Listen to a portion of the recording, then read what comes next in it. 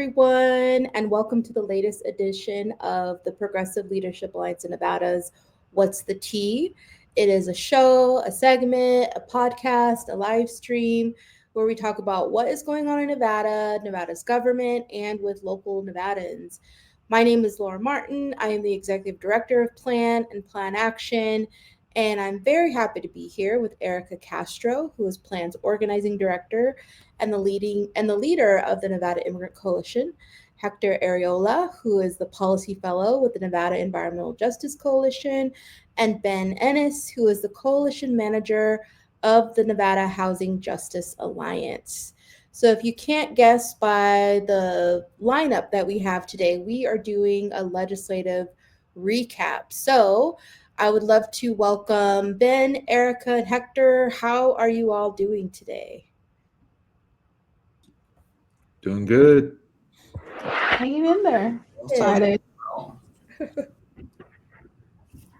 Well, I'm excited, if we're not at least a little bit awkward. So let's just get into it. So let's start with Erika. What were some of the priorities for the Nevada Immigrant Coalition going into the legislative session?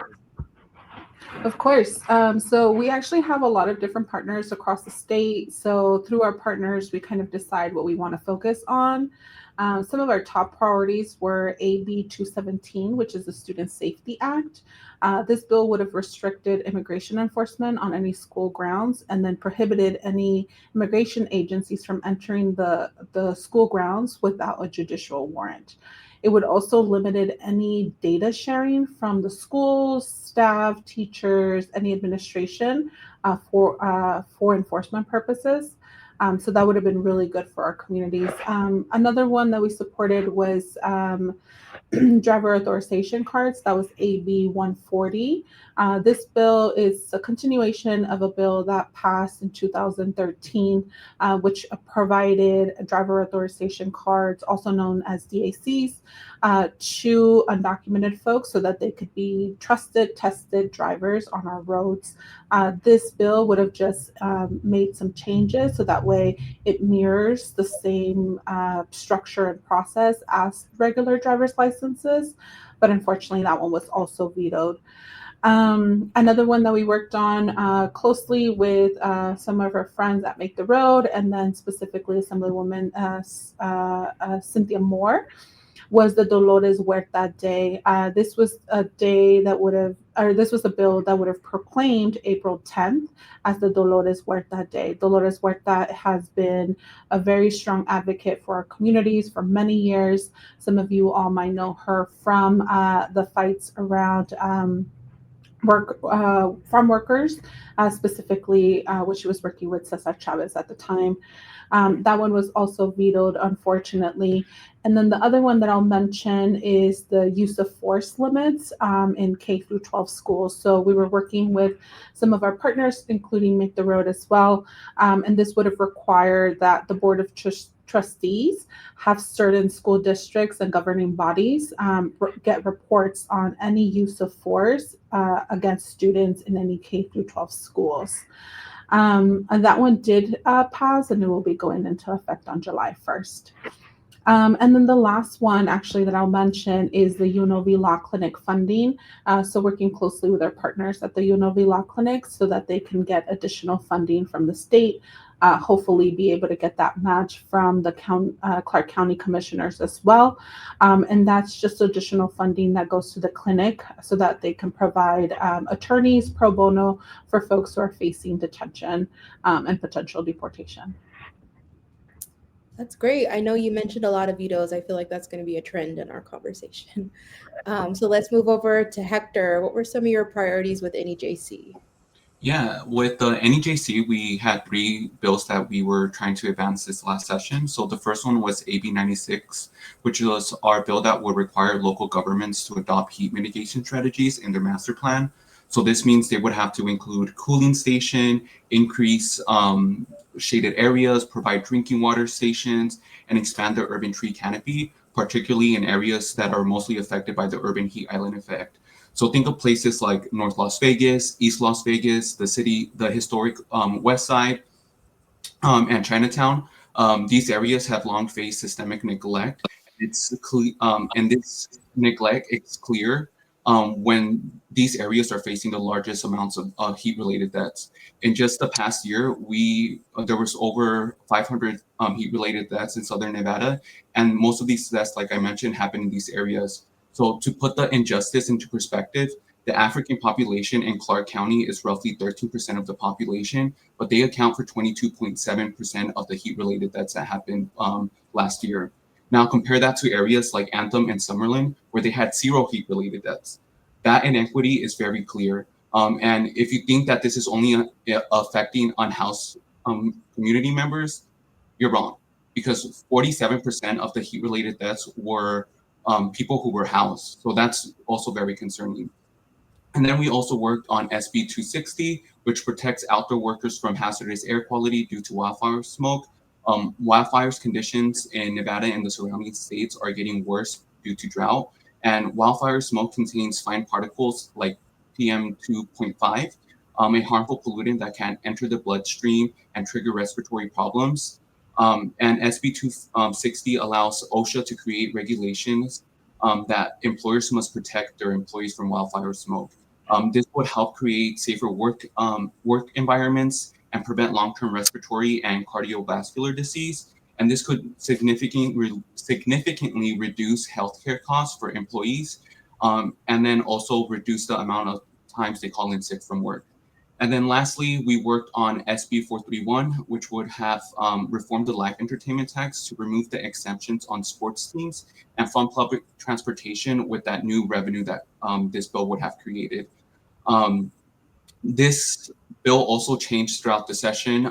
So it went from trying to include sports teams to only to include the resale of tickets, which is something that we did not want, but that's what the state legislature kind of switched it to. And right now, the RTC doesn't have enough funding to actually fund the public transportation services that they have right now. And this is deeply concerning because Nevadans right now are losing their trust in public transportation due to frequent delays, missed buses, and poorly equipped stops with little shade to protect them from the extreme heat. And for many of those who don't have access to personal vehicles, public transit is a lifeline because it connects them to their jobs, to healthcare, and to grocery stores. Yeah, that's incredible. I mean, Nevada is home to the 2 fastest warming cities in the country. So all of those pieces of legislation you talked about are really, really important. So how about you, Mr. Inness? What were your priorities this year? Thank you, Laura. Yeah, we had a few.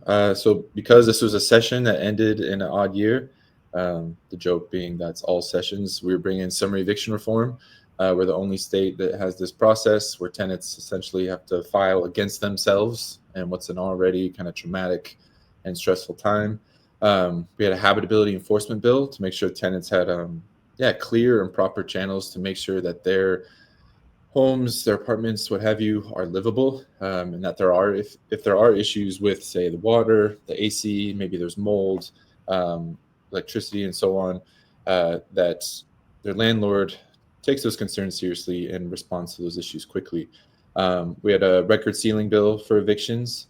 Already talked about kind of our unfair and broken eviction process, but no one should be prevented from getting stable housing just because of something that occurred in the past. And maybe they didn't navigate the habitability process clearly, or they were just down on their luck, or so on. But that's also a broken system. There was a bill on limiting the corporate ownership of homes, something that could have helped to guarantee that homes are available for Nevadans, for our community members to purchase, and they're not being sold to out-of-state investors that are just rented in perpetuity. And I got 2 more quick ones. There was a really important bill that helped fund eviction diversion programs as well as rental assistance. We know those are often kind of the last offense against eviction and becoming destabilized and unsheltered, and are very crucial. And then a rental fee transparency bill to make sure that any tenant in Nevada, that their lease is clear, easy to understand, and navigate. Well, staying with you, Ben, what were some challenges the coalition had to overcome this session? Yeah, you already alluded to some of the vetoes. We won't dive in yet, but our governor, being the governor, still in his seat, we knew that would be kind of difficult and problematic. Um, Even with his new attention to housing being one of his core priorities. He had a big fancy bill that was the talk of the session a lot of times, but that was a bill that really didn't address the housing crisis with the urgency and care that it needs, and kind of really just maintains the status quo. And from there, unsurprisingly, we saw the power of industry. So realtor association and apartment association and their lobbyists, and what they fight for and how they talk about that they're only bad tenants and good landlords. And it's hard to, and also very important to, when we go up to bat, to make sure to correct that narrative and really center um, our community's stories and lived experiences. But I'll just summarize that by saying, again, despite how deep the crisis is and how long it's going, folks are still thinking that it's just a small and simple problem that we can just take our time to get out of. Yes. And how about you, Hector? Did you hit any challenges? Yeah, we had a few challenges this last session. So the first one was surrounding AB 96, which is our heat mitigation bill. So last session, the governor vetoed this bill, claiming in his veto message there was no scientific evidence that urban development causes rising temperatures, and that these claims are extremely ridiculous, right? There's plenty of scientific research that proves that his claims are wrong, which is why during the hearings for this bill, we provided that scientific research during the hearings.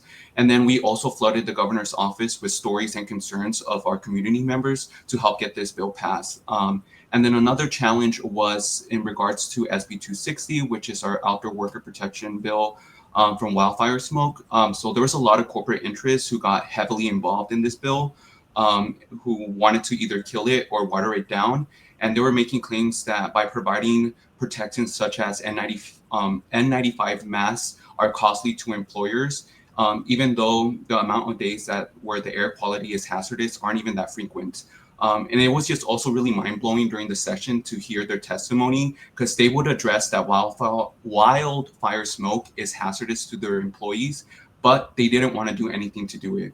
And it honestly just felt like it was a political thing more than anything, because of what we saw during COVID. Some people didn't want to wear a mask.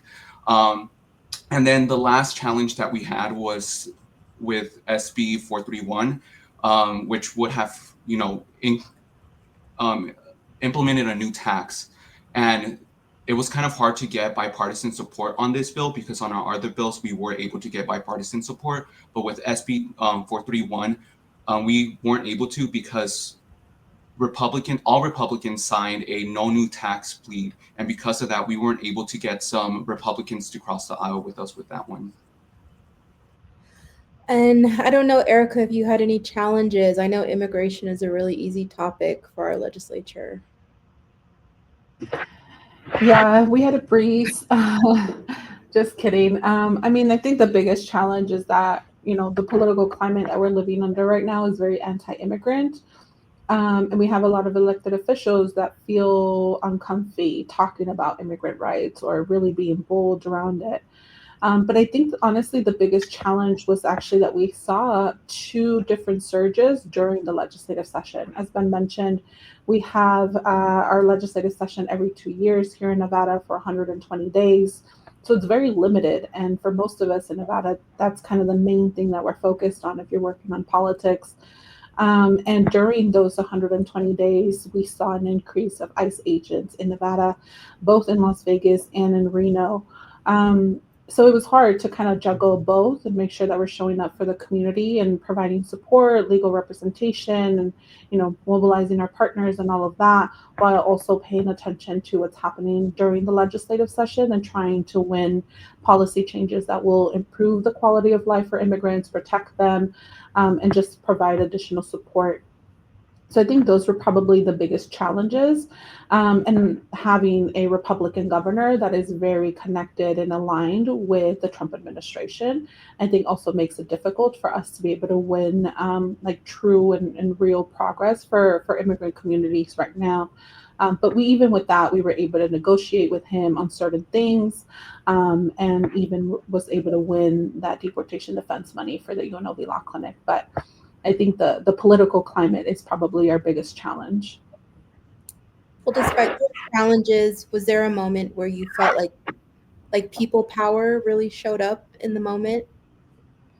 Yeah, definitely. I think from the very beginning of the Trump administration, we all knew that we were going to have to come together and figure out how to show up for our communities. So even through those like tough moments of surges that we saw, um, our partners, our communities still showed up strongly for both, protecting the community, defending, but also during the session. And I think a moment that really sticks with me is when we had some of the hearings around the Student Safety Act, which was to ban any ICE enforcement in the schools because of all of the ICE activity that we were seeing, not only in our state, in our cities, but around the country. A lot of our communities are afraid to come out, especially, making public comments in a structure like this. But during the hearings for the Student Safety Act, we saw a lot of allies come in, a lot of people that, wanted to speak up because they're concerned about their neighbors, they're concerned about their coworkers or even their families.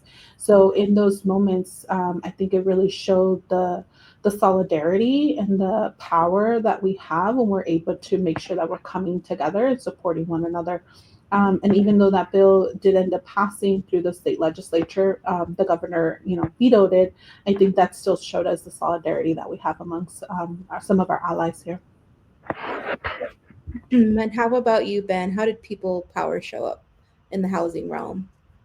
Yeah, it's hard to ignore our advocacy day, and there are many advocacy days throughout the session. But I think for ours in particular, didn't feel like a random day that we picked out of the hat and then tried to be seen and heard.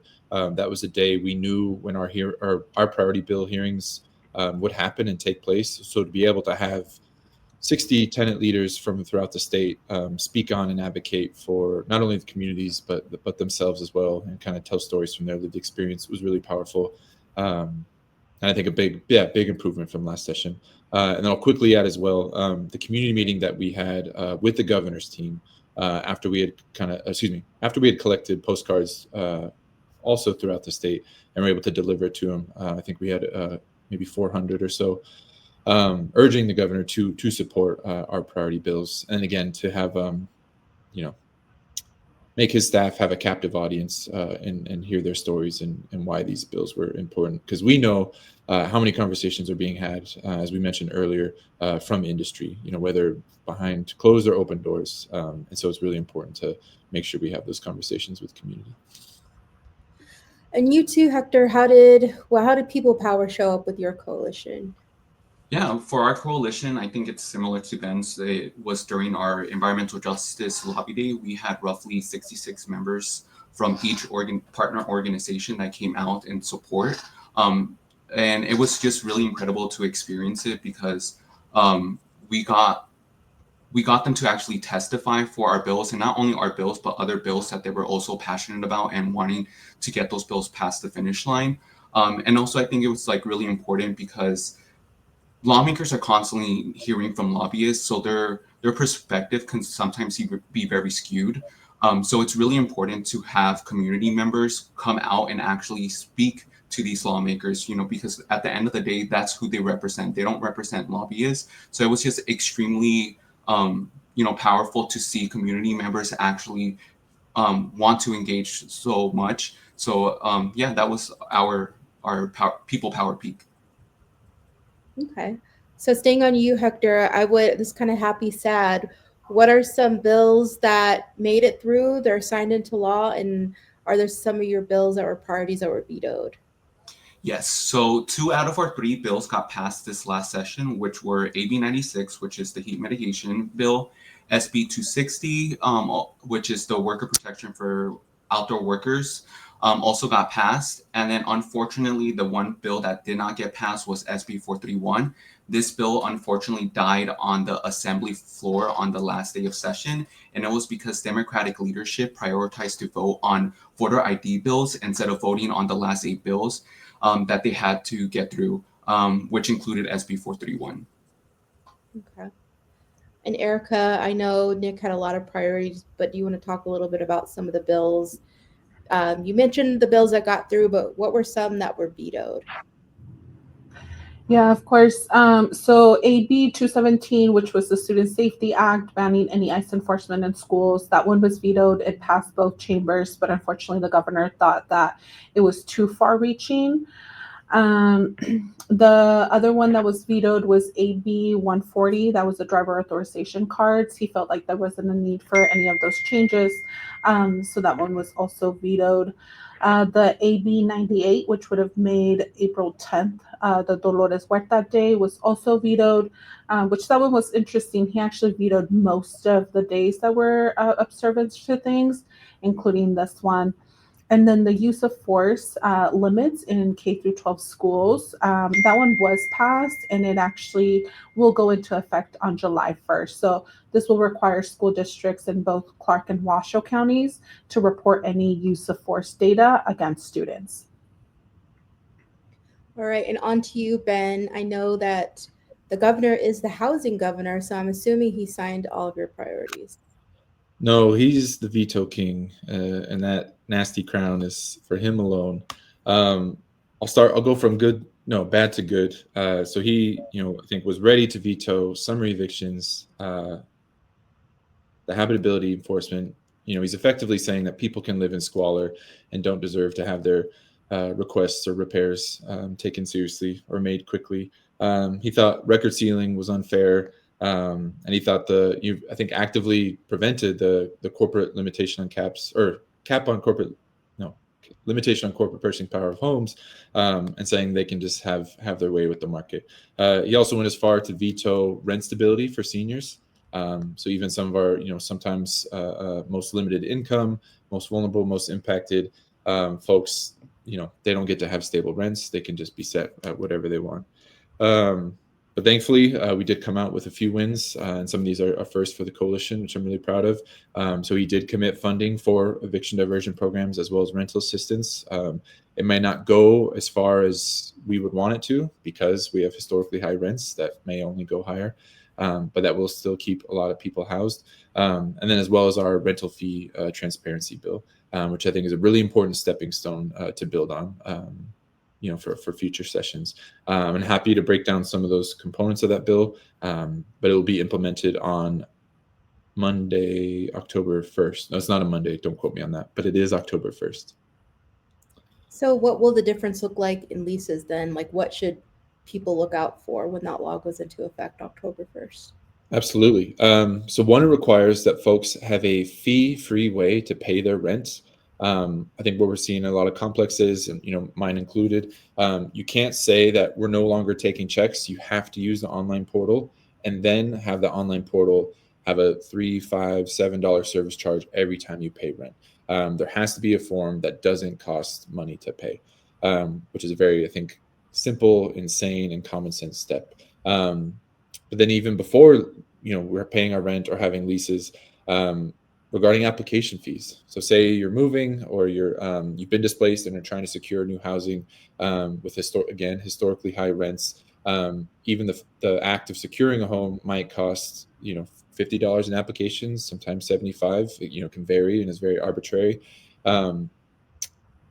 If it requires that a property manager refund that money to the other applicants if they're going to be renting it to a different applicant. They can't just keep collecting those application fees, from a dozen people or 20 people. They can't collect application fees from minors. So, if you have, children or family members, make sure that they're not being price gouged as well. And so I think that will be really effective and go a long way. And then lastly, regarding the transparency piece, the rent that is listed in your lease needs to be your rent. You can't have one total and then hidden throughout, the dozen and dozen pages of your lease have all these other little fees. And mine does the same thing. It says it's 1,800, but then it doesn't list, the two other utility fees that are required, each month, which is effectively $120 more. Because in my mind, it begs the question. if I don't pay those, would I not get evicted? No, I would get evicted. So the total that I that is owed and that I'm expected to pay every month, or the same that goes for any tenant, needs to be clear. It needs to be a single number.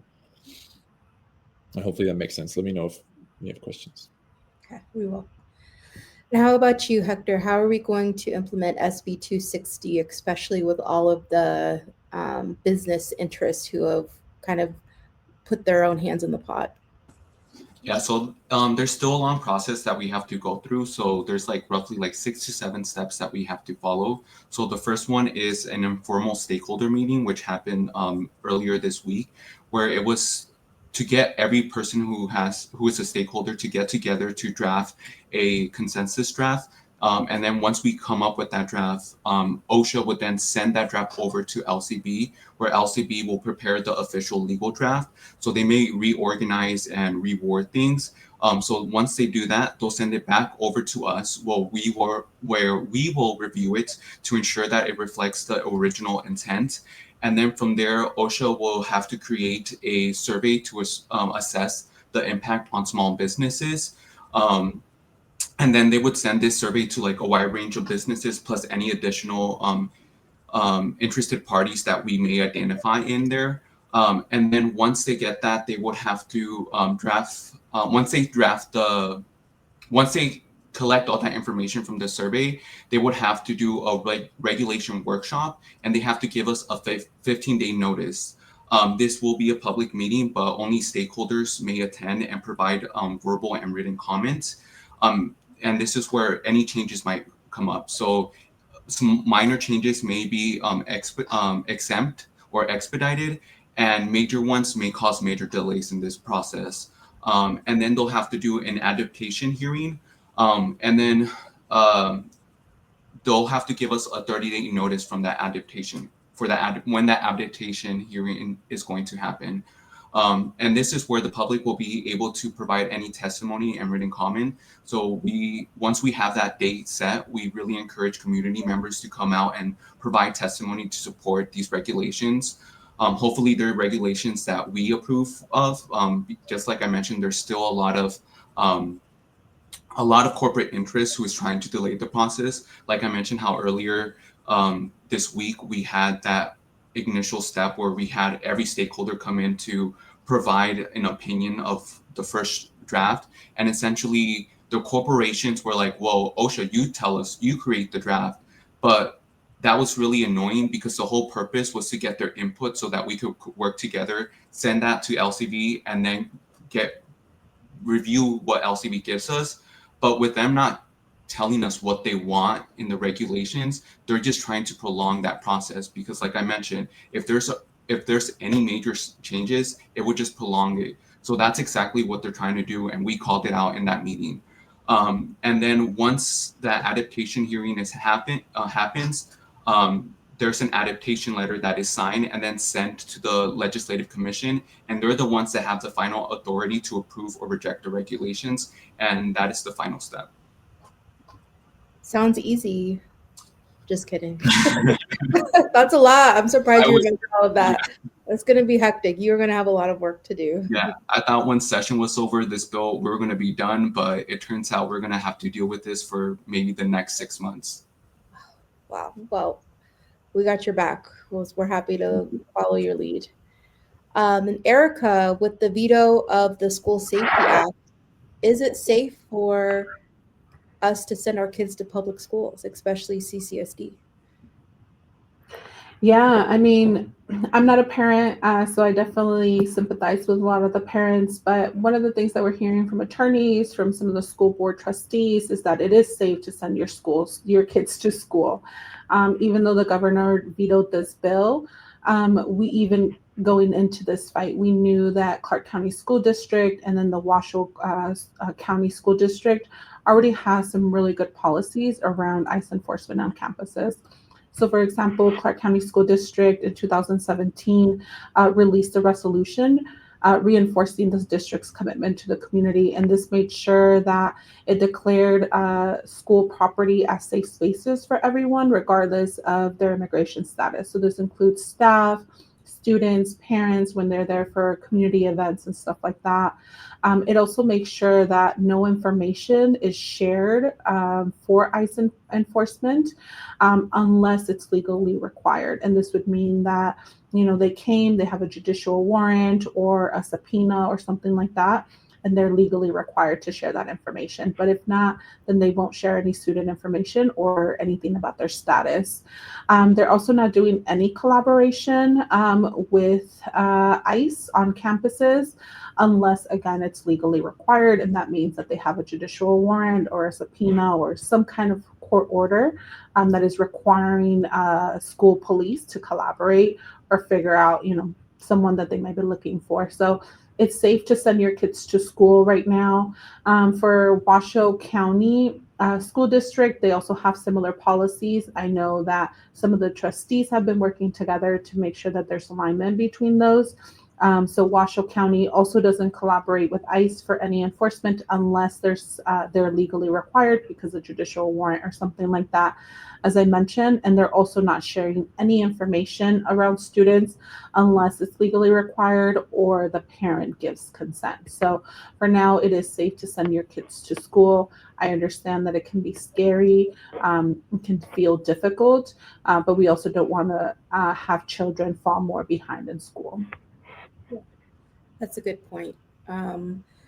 So kind of rounding out our conversation, I would love to hear, starting with Ben, what do we have coming up for housing? Is there any calls to action, any events that we should know about? Absolutely. We actually just had a fantastic, community town hall where we had a listening session. We heard from folks, heard about their feelings regarding the outcomes of the legislative session, but also, what issues are important to them and the things that they're experiencing to help kind of guide us in our steps moving forward throughout the interim. And we kind of took that conversation and turned it into an issue cut. It's a really awesome organizing tool and process to be able to identify, take that need and experience that folks are feeling and turn it into something that's actionable and something to organize around. And we're following that up. Our next community event will be Saturday, October 27th, I believe is the date. Despite the vetoes, particularly around habitability, it's really more important than ever that folks know how to navigate our state's habitability process when there are issues with essential and non-essential items or services.